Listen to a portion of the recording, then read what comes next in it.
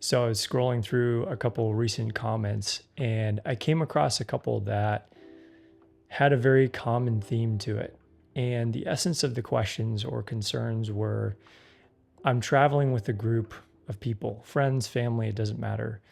How do I go take landscape photos? And that kind of led me down a bit of a rabbit hole in thinking just how inconvenient landscape photography actually is, and how landscape photography ultimately can ruin your travel. So by the end of this video, I hope to share some ideas around how you can still walk away from your travels with amazing photos without necessarily having to visit or commit time to extreme or remote locations, especially when you're traveling with family or friends that aren't necessarily photographers. Now, these are just my thoughts over the past few days, so I'm open to feedback, and these ideas, this list is not by any means exclusive or exhaustive. So before I share some of my ideas around how you can still walk away with some amazing photos when you're traveling with other people that aren't photographers, I kind of wanted to contextualize my thoughts around what a landscape photographer is and like the behaviors that they exhibit, because they're typically an odd breed, myself being one of them. They pack and they behave similar to hikers.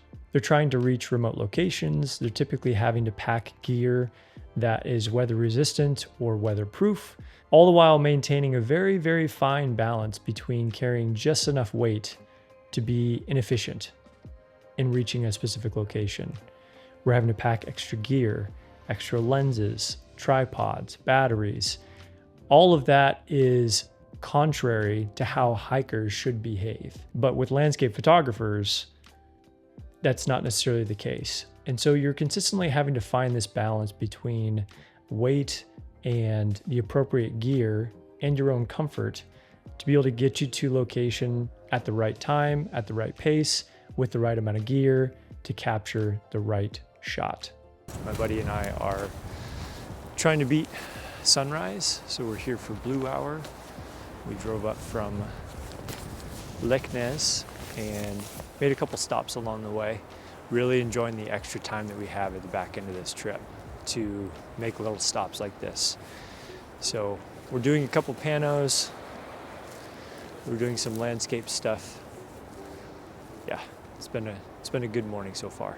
Yeah, I think vertical is definitely the way to go with this shot, but I want to grab one just in case. Did you get it? Too blown out. Too blown out? Yeah. Do you want to try walking across that bridge? Yeah. Okay, let's try it. It's so beautiful.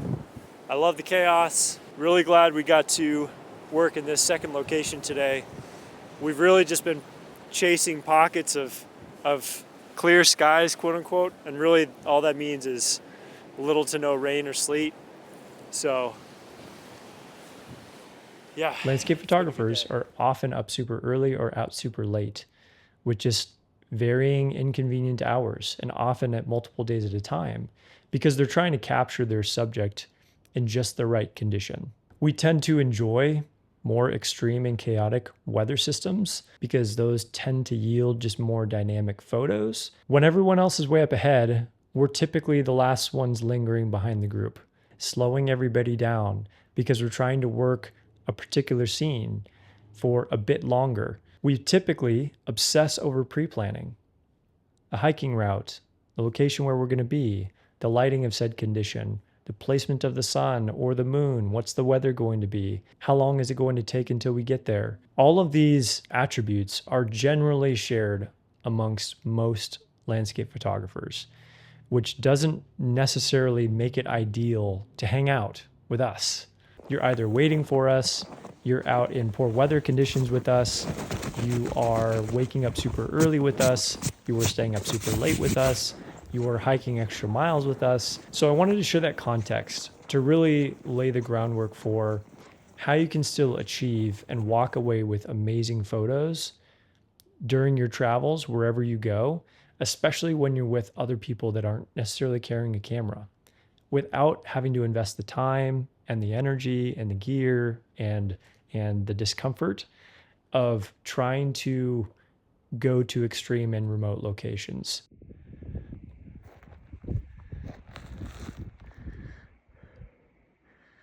I'm hiking up Mount Moiwa for my last day here to catch the sunrise of Sapporo.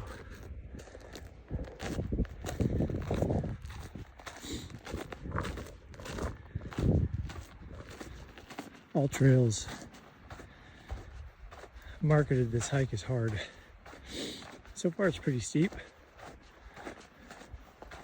It's only 3.3 miles though, there and back. So I woke up super early to do a sunrise hike up a place just southwest of Sapporo, which is there, downtown Sapporo, called Mount Moiwa. And the hike was amazing. It was a little difficult, but trying to get in a little golden hour sunrise shoot. Obviously that is not looking at all to be the case. Super smoggy, super gray, a bit moody, but hey, you can't win them all. The hike was worth it. The view was worth it. I got a kind of a more consolidated comp with the 40 mil of just the downtown. I kind of like seeing the layers of the cityscape stacked on each other. So it's freezing up here. My fingers are freezing. I'm cold because I sweat a ton on the way up, and now the wind is blasting me, so I'm completely frozen. Now, I don't know about you, but I feel that landscape photographers really only prefer two types of people shooting with. Either themselves, they love being alone. That way they can spend as much time as needed at their particular location with their particular subject, or with other like-minded landscape photographers. Because misery breeds company, honestly, and I throw myself in that population. You know that you're not slowing someone down. You know that you're not taking up someone else's time. You know that someone else is suffering with you in the rain or the cold. And you know that you're not on a time limit.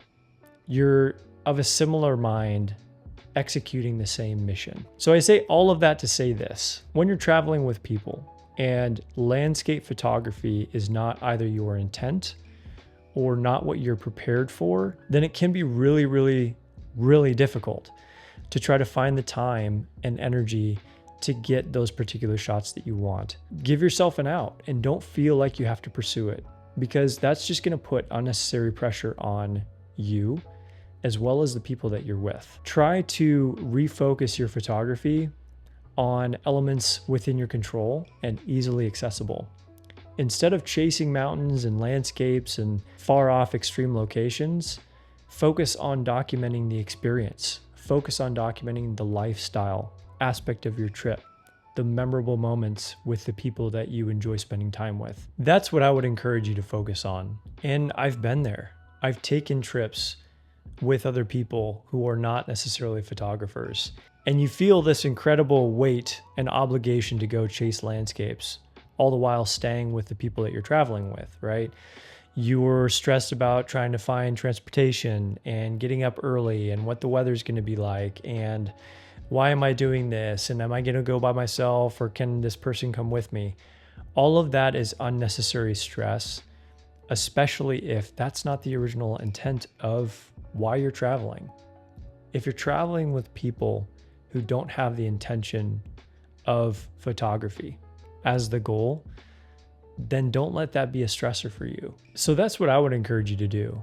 Focus on the moments, the lifestyle, the experience moments that you have with the people that you're traveling with, instead of trying to worry about chasing landscapes or waterfalls or remote places if that was never the original intent of your trip. Because what that's going to do is that's just going to cause you unnecessary stress, possibly ruin your trip. And if landscapes wasn't the intent of your trip anyways, then you might be caught unprepared. You might not have the right gear, which means it might not yield the best image for you. Now, there's plenty of ways to take really creative photos, if your approach is going to be more lifestyle or experience, especially when you're in a unique location with people that you're traveling with. Whether it's a campfire on a beach or sharing a morning coffee together with your friend in a cafe, those sorts of pictures can be just as impactful as any landscape photo. But it always comes down to the person behind the camera and your creative vision and what your subject is and how creative your composition is and how you edit. All of that goes into the photo. And the exciting part is it's up to you to get creative with whatever that subject is. So regardless of the type of photos that you're taking on your trip, the thing that has the biggest impact on a good photo is, I think, whether or not it tells a good story and whether or not the elements of your photo contribute to it telling a good story. Composition, the way it's lit, the way the subject is placed, all of that stuff, the way it's color graded. So the next time you travel, approach it with the right intent. Whether you're trying to achieve a very specific goal, like landscape photography, make sure you prep for that. Make sure you bring the right equipment. Make sure you're traveling with the right people that have a similar mindset, because otherwise the trip is just going to be stressful for you. If the goal is relaxation and spending quality time with, family and friends, then worry about capturing the moments and the experiences and try to gear your creativity around documenting those experiences as amazingly as possible. Get creative with how you document that. Instead of worrying about having to go to a particular location for you to get any sense of achievement. So I hope all that makes sense. Speaking from personal experience and just hearing some of those shared concerns in recent comments and conversations as photographers in general, I feel like whenever you carry a camera with you, wherever you go, there's an inevitable sense of obligation to capture something, whether it's a moment, your experience, landscapes, it doesn't matter. But I think that when you give yourself that responsibility, right, that creative responsibility, make sure you're approaching it with the right intent. I am traveling for X. I am pursuing Y, and I'm not going to worry about anything else. If you're traveling to enjoy, travel to enjoy, and don't worry about anything else. If you're traveling for landscapes, travel for landscapes. It is enjoyable. And I'm saying all this not to paint landscape photographers in a poor light. And the title is a bit of a cheeky way to say that landscape photographers don't enjoy themselves, but I can attest to the fact that they do. Landscape photography is very, very fun. And it's very, very rewarding, but it's also very, very inconvenient. And when you try to mix the two, landscape photography and anything else, it's just not compatible. You're consistently either stressing about one thing or the other. So travel with intent, know what you're carrying your camera for, and just focus on those moments along the way.